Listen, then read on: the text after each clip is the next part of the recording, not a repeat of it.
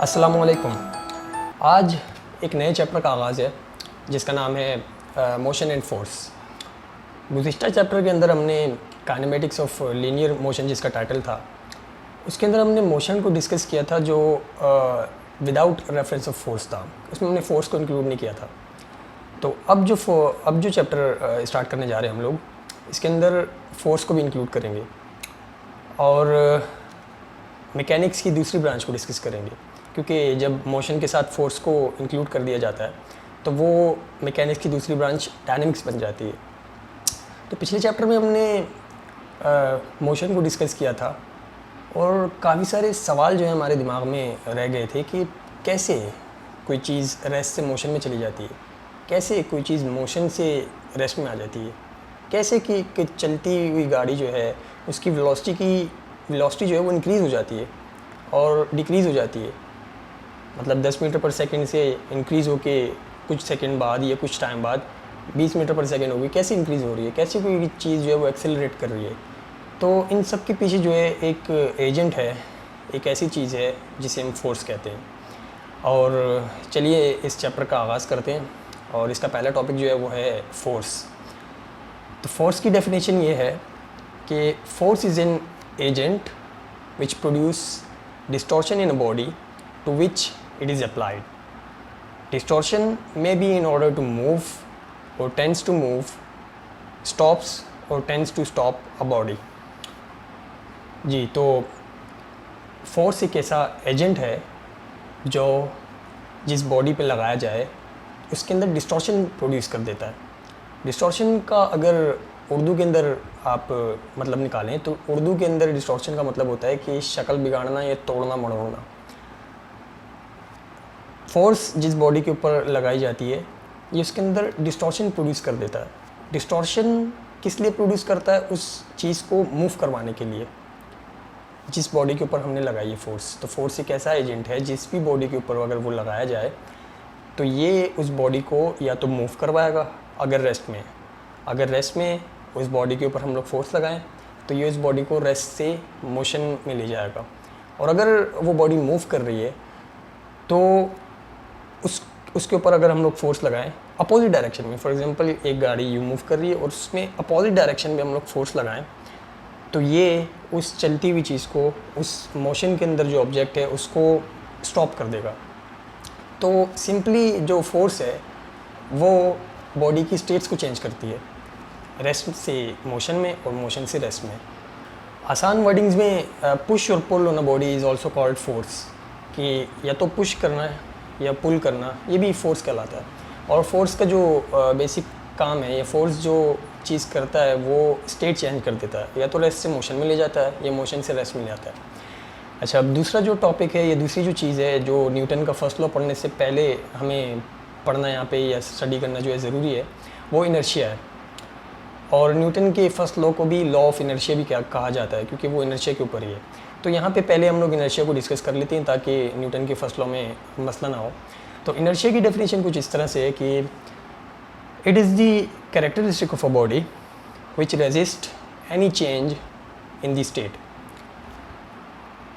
Inertia ऐसी characteristic है जो कि हर मटेरियल ऑब्जेक्ट के पास होती है। मतलब हर वो ऑब्जेक्ट जो मास रखता है उसके पास इनर्शिया होता है, उसकी एक कैरेक्टरिस्टिक होती है इनर्शिया, या खसूसियत या प्रॉपर्टी होती है उसकी कि वो स्टेट को चेंज करने के लिए स्टेट जब भी किसी मटेरियल ऑब्जेक्ट की चेंज होगी तो ये रेजिस्ट करेगा, रेजिस्टेंस प्रोड्यूस करेगा या स्टेट चेंज नहीं होने देगा।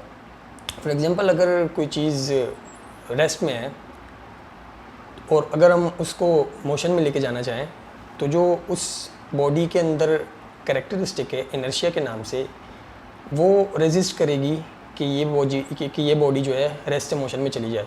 और अगर कोई बॉडी मूव कर रही है तो इनर्शिया जो है ऐसी प्रॉपर्टी है वो इसको रेस्ट में आने से रोकेगा। इसकी एग्जांपल्स जो है वो आगे जब न्यूटन का हम लोग लॉ पढ़ लेंगे तो उसके साथ डिस्कस करेंगे।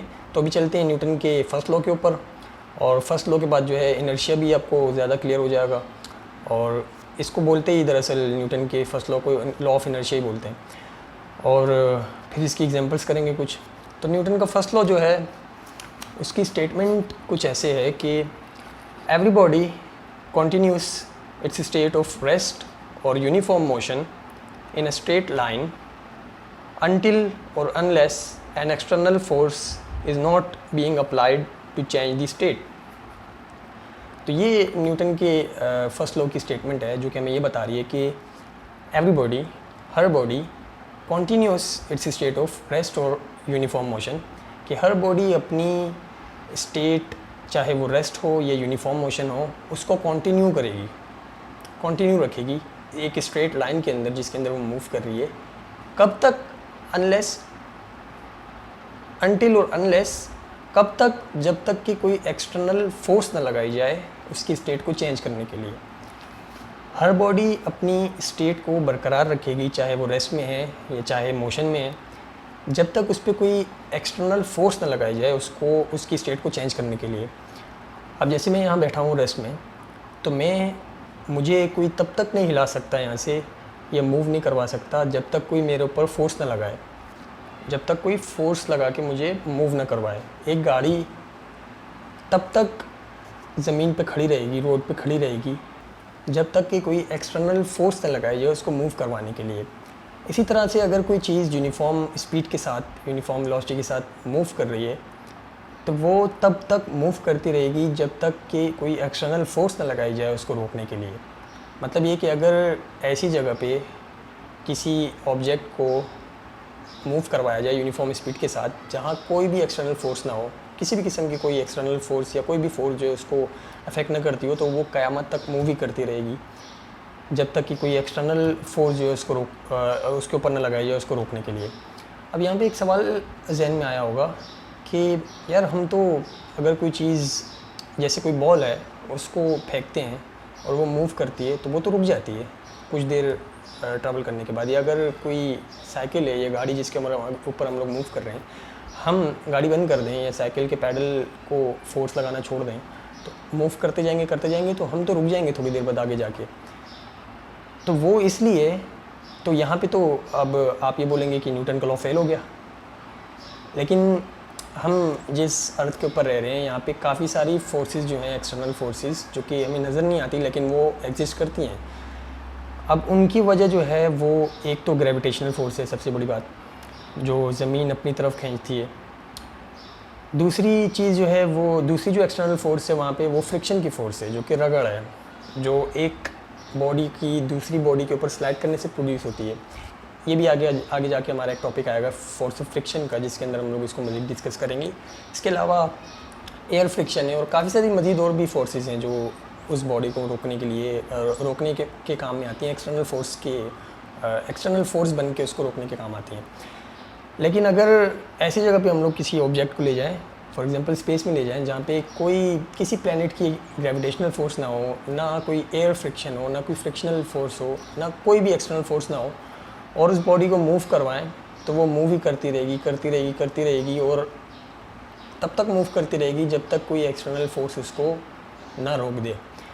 तो सिंपली न्यूटन का लॉ हमें ये बताता है कि हर बॉडी अपनी स्टेट को, चाहे वो रेस्ट हो या यूनिफॉर्म मोशन हो, बरकरार रखेगी कब तक कि जब तक कोई एक्सटर्नल फोर्स उस पर ना लगाई जाए उसकी स्टेट को चेंज करने के लिए। अब यहाँ पे दो चीज़ें सामने आती हैं, एक तो एक्सटर्नल फोर्स है और एक जो है वो इनर्शिया है।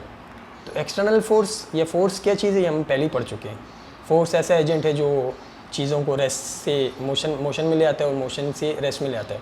और इनर्शिया भी हम लोग डिस्कस कर चुके हैं कि वो एक ऐसा कैरेक्टरिस्टिक होता है बॉडी के अंदर जो कि स्टेट को चेंज करने से रेजिस्ट करता है, और ये हर बॉडी के अंदर होता है, हर मटेरियल बॉडी के अंदर होता है। अब इसकी कुछ एग्जांपल्स हैं वो हम डिस्कस करते हैं जिससे और ज़्यादा क्लियर हो जाएगा इनर्शिया भी और एक्सटर्नल फोर्स भी। तो सबसे पहली एग्जांपल जो है वो तो ये है कि आपने कभी भी practically it is never been observed that a fast moving car momently stop just after applying brakes, rather it rolls or met for an accident। Practically कभी भी आपने ये नहीं देखा होगा कि एक फास्ट मूविंग कार जो है अगर उस पर डायरेक्ट ब्रेक लगाई जाए, अचानक से उसको रोकने के लिए उस पर ब्रेक लगाई जाए, जाम ब्रेक, तो वो उसी वक्त वहाँ पे रुक नहीं जाती। मतलब ये स्पीड में कार आ रही है और हमने जैसी ब्रेक मारी वो यहीं पे रुक गई, नहीं, ऐसा नहीं होता। बल्कि क्या होता है कि अगर स्पीड के साथ आप गाड़ी चला रहे हैं, बाइक चला रहे हैं और आपने अचानक से ब्रेक मारी उसको रोकने के लिए, तो वो क्या उसी मोमेंट पे वहाँ पे रुक जाएगी? नहीं, ऐसा नहीं होता। बल्कि क्या होगा कि वो एक्सीडेंट कर जाएगी या रोल्स कर जाएगी या स्लाइड मारेगी। जो स्लाइड मारते हैं हम लोग, स्लिप मारते हैं, स्लिप खा के या तो वो उलट जाएगी या फिर एक्सीडेंट हो जाएगा उसका। क्यों? क्योंकि उसके अंदर इनर्शिया है जो उसको उसकी स्टेट चेंज करने से रोक रहा है। तो ये इनर्शिया की एग्जांपल, इसके अलावा एक और भी एग्जांपल है कि while jumping from a moving bus, the passenger falls on the ground because of inertia। कि आपने देखा होगा कि अगर कोई बंदा चलती हुई गाड़ी से, चलती हुई बस हो या ट्रेन हो, उससे अगर जंप मारे तो वो क्या डायरेक्ट रोड पे आके फुल तेज़ बस गुजर रही हो, ट्रेन है या बस है, कुछ भी है, उससे अगर कोई पैसेंजर जंप करे तो वो रोड पे आके क्या यूँ खड़ा हो जाएगा? मतलब ये बस जा रही है और इसने जंप मारी तो क्या वो रोड पे आके यूँ खड़ा हो जाएगा? नहीं, बल्कि क्या होगा कि वो गिर जाएगा। उसको अपोजिट डायरेक्शन में एक झटका महसूस होगा और वो गिर जाएगा। मतलब ये कि बस चल रही है, आपने जंप मारी, बस मूव कर रही थी, उसके साथ साथ आप भी मोशन में थे। आपने क्या किया कि मोशन से रेस्ट में आने की कोशिश की। तो मोशन से रेस्ट में आने की कोशिश की, जैसे ही आप रेस्ट में आए, आपका इनर्शिया आपको रेस्ट में नहीं आने देगा। आपका इनर्शिया आपको रेस्ट में आने से रोकेगा और आप क्या करोगे कि कलाबाजियाँ खाते खाते जिस डायरेक्शन में बस जा रही होगी उसके साथ साथ जाओगे। वो आपका इनर्शिया होता है जो आपको इस तरह से करवाता है कि मोशन में ही रहो, रेस्ट में ना हो। लेकिन आखिरकार फिर आप रेस्ट में आ जाओगे, क्योंकि ग्रेविटेशनल फोर्स जो है वो इतनी ज़्यादा है कि आपको रेस्ट में ले आएगी और फ्रिक्शनल फोर्स जो है वो इतनी ज़्यादा है कि आपको रेस्ट में लेके आ जाएगी। अच्छा, इसके अलावा इनर्शिया को आपने खुद भी ऑब्ज़र्व किया होगा, कभी बाइक चलाई हो या कभी बस के अंदर बैठे हो, तो जैसे ही हम रेस्ट से मोशन के अंदर जाते हैं, एक्सेलरेट करते हैं गाड़ी को, ये बस वाला जब एक्सेलरेट करता है गाड़ी को, तो एक झटका जो है हम लोग फील करते हैं पीछे की तरफ। गाड़ी जैसे ही उसने रेस दी आगे की तरफ जाने के लिए, हम पीछे की तरफ हुए। वो इनर्शिया होता है हमारा जो हमें रेस्ट से मोशन में जाने से रोकता है, बोलता है कि आप रेस्ट में रहो। ये कैरेक्टरिस्टिक है हर मटेरियल बॉडी की। इसी तरह जब वो गाड़ी मूव कर जाती है तो फिर इनर्शिया जो है सेट हो जाता है और साथ साथ उसके मोशन में आ जाता है इनर्शिया जो होता है हमारा।